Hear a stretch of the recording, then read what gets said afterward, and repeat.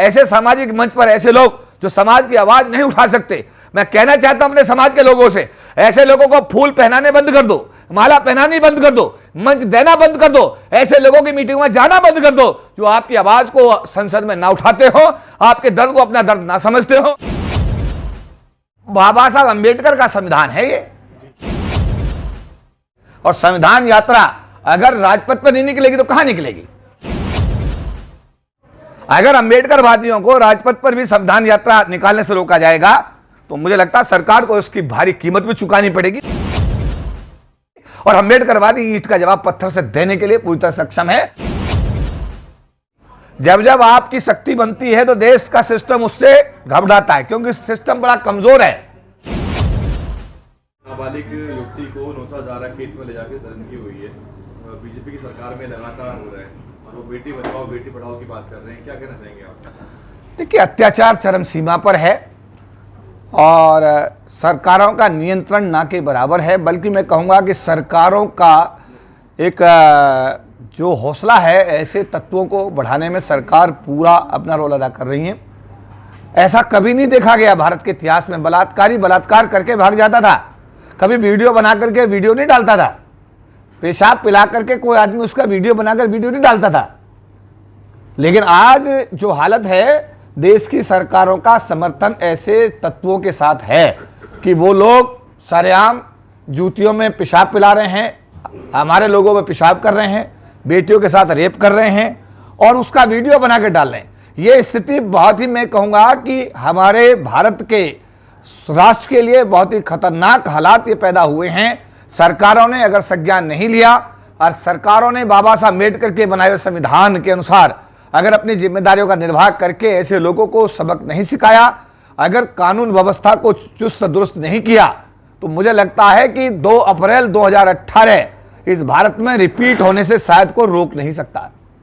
क्या कारण है सर कि मतलब ये जो वीडियो बना करके रिलीज किए जा रहे हैं, लोगों में खौफ पैदा करने की कोशिश की जा रही है, या क्या मतलब जाति का जो अंश है? ये टेस्टिंग हो रहा है हमारे समाज का, राहुल जी, नागपाल जी, ये हमारे समाज का टेस्टिंग हो रहा है। ये बहुत ही सुनियोजित तरीके से कार्यक्रम चल रहा है। ये टेस्टिंग है हमारे समाज का कि हम अगर ऐसा करते हैं तो समाज का रिएक्शन क्या आता है,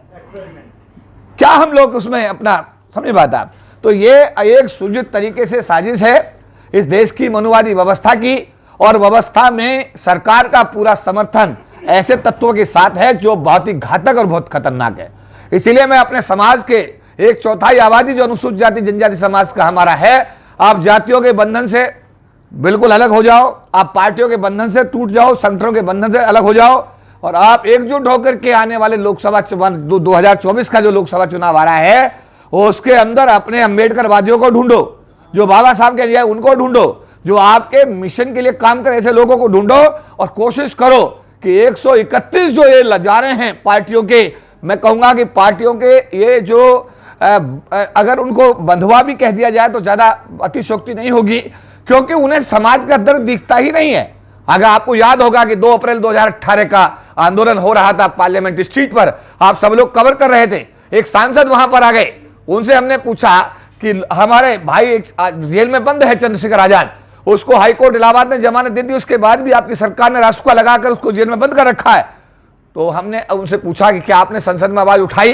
तो उन्होंने, उसका जवाब था नहीं, और हमने उनको मंच से उतारा। ऐसे सामाजिक मंच पर ऐसे लोग जो समाज की आवाज नहीं उठा सकते, मैं कहना चाहता हूं अपने समाज के लोगों से, ऐसे लोगों को फूल पहनाने बंद कर दो, माला पहनानी बंद कर दो, मंच देना बंद कर दो, ऐसे लोगों की मीटिंग में जाना बंद कर दो जो आपकी आवाज को संसद में ना उठाते हो, आपके दर्द को अपना दर्द ना समझते हो। और आने वाले 24 में ऐसे 131 सांसद ढूंढो, ऐसे लोगों को वहां भेजो जो वाकई बाबा साहब अम्बेडकर के सच्चे सिपाही हो, अम्बेडकरवादी हो और आपके दुख और सुख में आपके साथ में 24 घंटे खड़े रहने वाले व्यक्ति हो।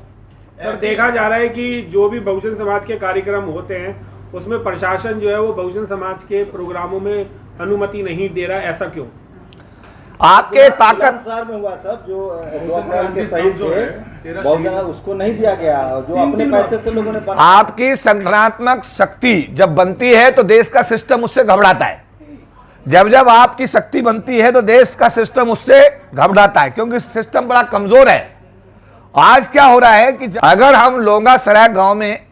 अपने शहीदों का स्मारक का हम जो है वहां पर उद्घाटन करना चाहते हैं, और उसके लिए जिला प्रशासन इजाजत नहीं देता,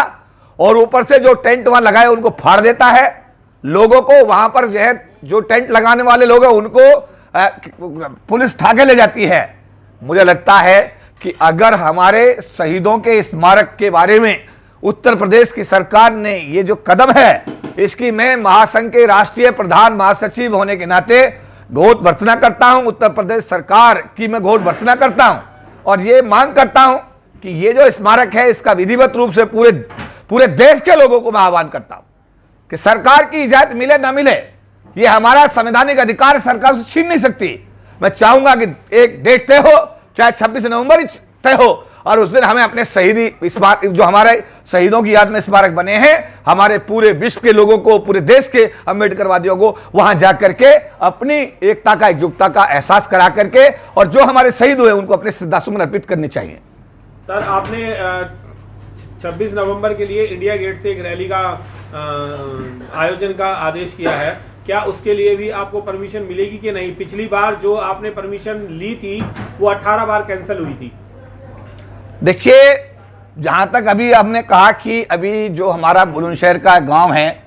सराय, तो वहां पर स्मारक, जो शहीद स्मारक बना, उसके लिए देर रात तक तो ठीक था, लेकिन जैसे ही शासन के पास लोग खबर आई कि लाखों लोग आ रहे हैं, तो उन्होंने अपना कमाल दिखाया और मैसेज स्प्रेड कर दिया कि इसको इजाजत नहीं दी गई है,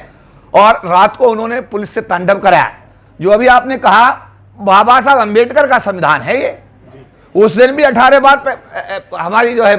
समझ में आता, परमिशन जो है कैंसिल हुआ था। देर रात के 11 बजे परमिशन तो देनी पड़ी। और संविधान यात्रा अगर राजपथ पर नहीं निकलेगी तो कहां निकलेगी? अगर अंबेडकरवादियों को राजपथ पर भी संविधान यात्रा निकालने से रोका जाएगा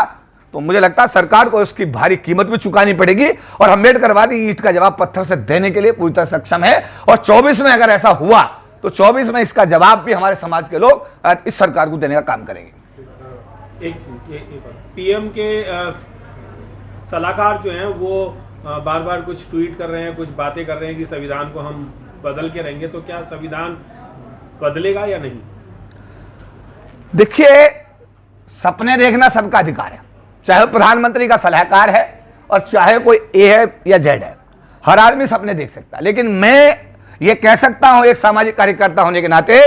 कि मेरे अंबेडकरवादी भारत में भी और भारत के बाहर जो एनआरआईज हैं, हमारा समाज इतना मजबूत है, किसी भी कीमत पर, अरे यार, संविधान बदलने की मैं संदेश देना चाहता हूं आपके टीवी चैनल के माध्यम से। आप संविधान बदलने का तो छोड़ दीजिएगा, आपने तो एट्रोसिटी एक्ट जो है थोड़ा डाइल्यूट किया था सुप्रीम कोर्ट के जजों ने, उसका नतीजा 2 अप्रैल 2018 को पूरे देश ने, पूरी दुनिया ने देखा। अगर ये ऐसी कोशिश करेंगे तो उसका जवाब हमारा समाज ईंट का जवाब पत्थर से देगा।